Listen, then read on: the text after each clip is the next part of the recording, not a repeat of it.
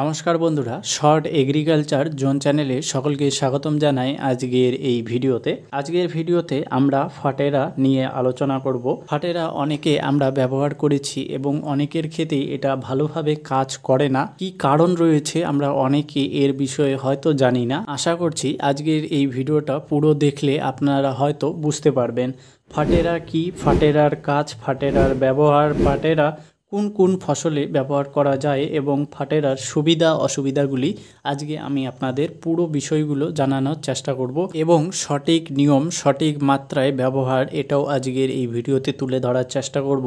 বন্ধুরা, ভিডিওটা যদি ভালো লেগে থাকে অবশ্যই সাবস্ক্রাইব করবেন নতুন হলে এবং লাইক শেয়ার করতে ভুলবেন না।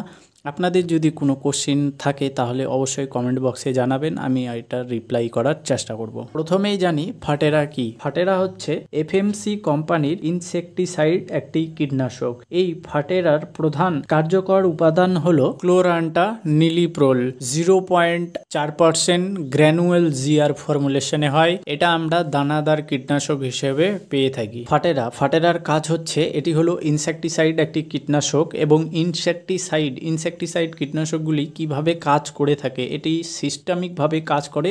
যে কোনো ইনসেকটিসাইড কীটনাশকগুলি সিস্টেমিকভাবে কাজ করে থাকে, মানে যেই ফসলে আমরা ব্যবহার করব এবং যে গাছটি রয়েছে সেই গাছটিকে পুরো কভার করে এই সিস্টেমিক কীটনাশকগুলি। তো এটা আমরা তো জানলাম এবং এখানে এটা দীর্ঘমেয়াদী কাজ করে এবং এই যে গাছে দেওয়া মাত্র এটা যে পোকাগুলি আবার পরবর্তীতে এটা খাবে, এটা সিস্টেমিক, মানে এটা গাছের অংশের ভিতরে চলে যায় এবং চারার ভিতরে গিয়ে কাজ করে, যার কারণে এটা পরবর্তীতে যেই পোকা এটা খাবে সেই পোকাই কিন্তু মারা যাবে। যেমন ফল ছিদ্রকারী হতে পারে। এবং কোন কোন পোকাকে এটা দমন করে সেটা একটু জানিয়ে দিই আপনাদের। স্টেপ বোরার এবং পেন্ডি লিফট ফোল্ডার, যেটাকে বলি আমরা লিফ ফোল্ডার, মানে পাতাটাকে কুকড়ে দেয়। আর মাজরা পোকা ও গান্ধি পোকা, এটা কিন্তু ধানের ক্ষেত্রে ইত্যাদি পোকা আমরা যেমন জানি। এবং ভুট্টা ক্ষেতের জন্য ফল ছিদ্রকারী পোকা, আলুর জন্য টাকুই পোকা ও লেদা পোকা আমরা যেটা দেখে থাকি। গমের জন্য গমের যে সমস্ত কীটপতঙ্গগুলি রয়েছে এইগুলো। এবং আখ মানে কুষারের জন্য রয়েছে শোষক ও ছিদ্রকারী পোকা দমন। এই সমস্ত পোকাগুলিকে দমন করে এই ফাটেরা। দেখুন, এই সমস্ত কাজগুলি বা পোকামাকড় দমন করার জন্য শুধু ফাটেরাই আছে এমনটাও না, এর কম্পিটিটরও রয়েছে, যেগুলো ভিরটাগো নামে জানি, রেজেন্ট নামে জানি। আপনারা যেগুলো ব্যবহার করেছেন অলরেডি। যে কোনো কাজ যদি ভালো করে না জানা থাকে, সেই হিসেবে ফসলটাতে আমরা যে এই কীটনাশকগুলি ব্যবহার করব এটা যদি না জানা থাকে সেক্ষেত্রে অনেক পার্সেন্টে কাম করে না। 10% যদি আপনার লস হয় তাহলে সেটা কিন্তু অবশ্যই লস। ফাটেরাই আপনাকে ব্যবহার করতে হবে এমনটাও না, আবার ভিটাও ব্যবহার করতে হবে এমনটা না। কম খরচ এবং কাজ ভালো সেটাকেই আমরা ব্যবহার করব। অবশ্যই এটা আপনাদের যাচাই করে দেখতে হবে। যাচাই করে তারপরে এইগুলোর ব্যবহার করবেন।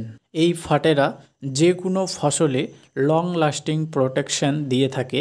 এটা আমরা একবার প্রয়োগ করলে 30 দিন পর্যন্ত সুরক্ষা প্রদান করে যে কোনো ফসলের ক্ষেত্রে।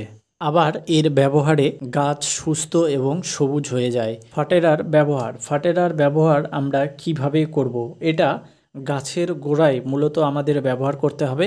ধান গাছের ক্ষেত্রে ঠিক আছে, আমরা ছড়িয়ে দিলাম, কাজ করবে। কিন্তু এটা আমরা যেই গাছের গোড়ায় দিব সেই গাছটারই কিন্তু প্রোটেকশন করবে, তার উপরই গাছের কিন্তু করবে না যতক্ষণ এই গাছটাতে ব্যবহার করা হয়েছে। এটা শাকসবজির ক্ষেত্রেও হতে পারে বা আদার্স, যেমন কুষার ফসলে এটা গোড়ায় ব্যবহার করলে তবেই কাজ করবে এবং ধান গাছের ক্ষেত্রে ছড়িয়ে দিলেই কাজ করবে। তারপরে এটাকে আমরা যখন ব্যবহার করব ইউরিয়ার সাথে ব্যবহার করতে পারি অথবা বালির সাথে এটাকে আমাদের ব্যবহার করতে হবে। আবার ধান গাছের ক্ষেত্রে এটা জলটা আমাদের রাখতেই হবে। অধিক জল রাখা যাবে না, মানে ফুল ভর্তি এইভাবেও রাখা যাবে না। মাঝারি যে জলটা, মানে জলের স্তরটা যাতে দেখা যায় এইভাবে জলটা রাখতে হবে। কারণ অধিক জল হলে এটা কাজ করবে না, আবার শুকিয়ে গেলেও কাজ করবে না। তাই একটু যাতে জল থাকে, যাতে এটাকে মিক্স করতে সাহায্য করবে। ফাটেরার ব্যবহার জমিতে কতটুকু করে ব্যবহার করবেন এটা আপনারা অনেকেই হয়তো জানেন না। এটা মূলত নির্ভর করে জমিতে পোকামাকড়ের যদি আক্রমণ বেশি হয় সেক্ষেত্রে এটা আমাদের বেশি ব্যবহার করতে হয়। এবং বড় ফসলের জন্য এটা একটা আরেক নিয়মে এটা ব্যবহার করতে হয়।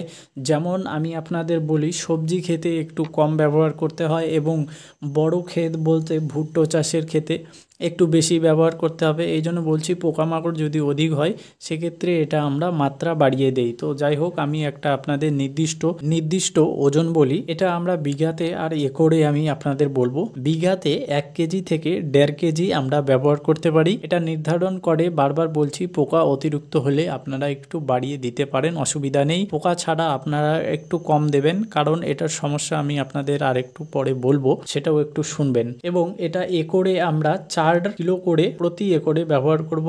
আর বড় ফসলের জন্য এটা আমরা 6 কিলোগ্রাম করে ব্যবহার করব প্রতি একরে। ফার্টিলাইজার ব্যবহার আপনারা কোন কোন ফসলের মধ্যে ব্যবহার করতে পারবেন, এটা আমরা মূলত ধান এবং পুষারে ব্যবহার করে থাকি, এবং আরও অন্য ফসলেও এটা ব্যবহার করা যায়। নানান ফসলে, যেমন আমরা গমে ব্যবহার করি, আলুতে ব্যবহার করি, এবং আরও শাকসবজির মধ্যেও এগুলো ব্যবহার হয়ে থাকে। ফার্টিলাইজার সুবিধা অসুবিধাগুলি। ফার্টিলাইজার সুবিধাগুলি আমরা এতক্ষণ ধরে জানলাম, এবং অসুবিধা কি কি হতে পারে।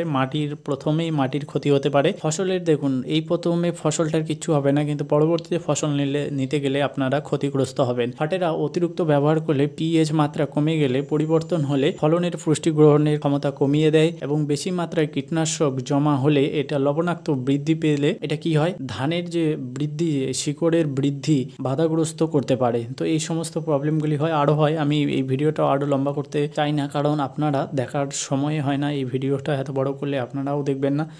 বন্ধুরা, লাস্টে আমি আপনাদের একটাই কথা বলবো, আপনাদের চয়েস, আপনারা যে কীটনাশক ব্যবহার করতে চান সেটাই করতে পারেন। আমার জানানোর ছিল, আমি আপনাদের জানিয়ে দিলাম।